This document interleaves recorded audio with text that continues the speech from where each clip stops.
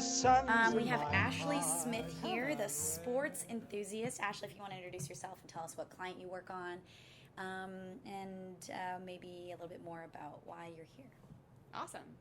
Well, nice to meet you. My name is Ashley Smith, and I've been at Starcom for almost 4 years now, and I currently am on the EA team, helping out with global operations, and it's been a whirlwind of new learning, and it's been a steep one, but I'm sure it'll be great. Yes, we work together now on EA, and we're happy to have you, Ashley. So, but I want to learn a little bit more about something else. You are searching for, or in the process of acquiring your PADI certification. PADI is. Can you tell me more about that? What is it? Yeah, so PADI, it's one of the widely known organizations that I guess offer courses to become certified in scuba diving. Scuba diving. Yes, I knew yes. that, but I just wanted you to say it. Of course, yeah. But a little bit more about that. I've been scuba diving ever since I guess I could swim in a pool, but this Wow. one's a little bit more towards a professional level, so I'll be going towards my dive master certification. Wow. I want to know about your experience and what are some of the waters you've been in? What are some experience with the animals and the nature there? Sure. So one experience I could recall is going to Bali, Indonesia, and Wow. there I represented the USA for a Miss Scuba International pageant. What? And that There's was a with pageant? other girls from other countries. So we were advocates for marine conservation, Right. just bringing different perspectives from our countries to light there. We did beach cleanups, to interviews, to talks, to actually diving. Wow. And that's part of the Java Sea there. So we were on the northern side of Bali. If anyone's ever been there, to Yeah. get perspective, it's the north side of the island, and you're actually there in part of the Ring of Fire, where a lot of the coral reefs are still thriving, and you're able to just immerse yourself in them. And it's amazing. I would love to go back, but it was a really long flight. Wow. So what's because here's where I have the disconnect in relating to this experience. You're so close to one of the most unexplored and unknown environments in the world. Apparently we know more about space than we know about underwater. What's it like being underwater?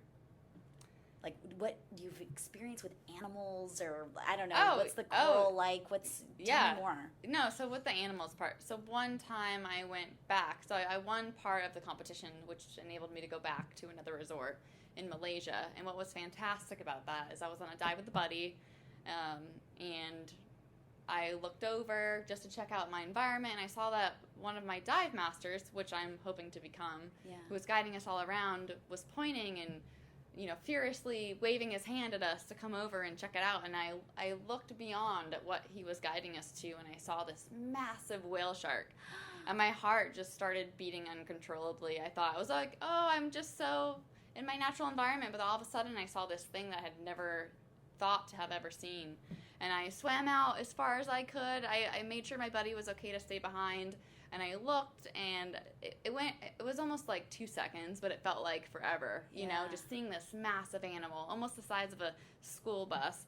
And then part of me, did that whole, whoa, where's my buddy? I should check. And then I looked right, and there was a tiger shark, almost half the size of the whale shark, kind of following him. And it freaked me out a little bit, It kind of puts you in perspective to life. Like you said, we know so much about space, but not a lot about the ocean. So it kind of just catapulted me into this world of scuba diving and trying to teach others about this whole other world that they have at their fingertips. Wow. What's the goal? What would you, besides becoming a dive master, is that the last certification you're interested in, or what do you hope to gain from this? I just hope to gain, I think, just a little bit more appreciation out of life. Being able to travel and also engage in scuba diving there and just learn about cultures. I think it's just a really good way to put my skills into use. But I hope to take actually one more course. It's actually Los Angeles County's version of their advanced diver program, and it's something similar to what you would think a Navy SEAL would go through to train. Wow. So they put you more in intense situations. So I think through all of these things that I'm curious or interested in exploring, I just hope it provides me more skills for life, everyday life, especially here back at Starcom. Right. You know, having more of those human experiences to share with people and just bring different cultures, perspectives. Absolutely. What is one of the places you still want to visit? What's the coolest place on your bucket list for scuba diving? Surprisingly, you wouldn't think, but Egypt.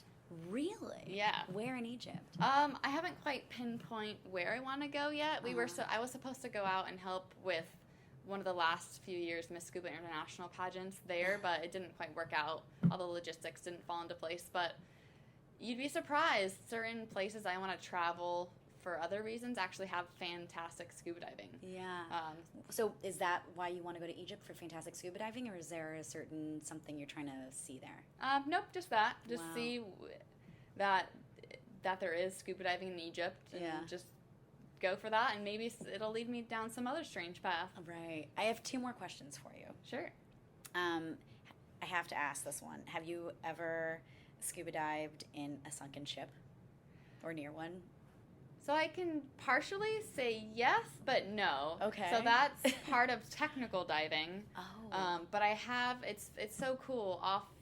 You've been to Catalina? Yeah, Yes? yeah. Okay, so off of Catalina, there's a dive park, which Uh-huh. is really famous. It's off of Avalon. Yeah. So when you take Yep. the boat over, you can walk over to the old casino there. It's called, Mm-hmm. I think it's still called Casino Point.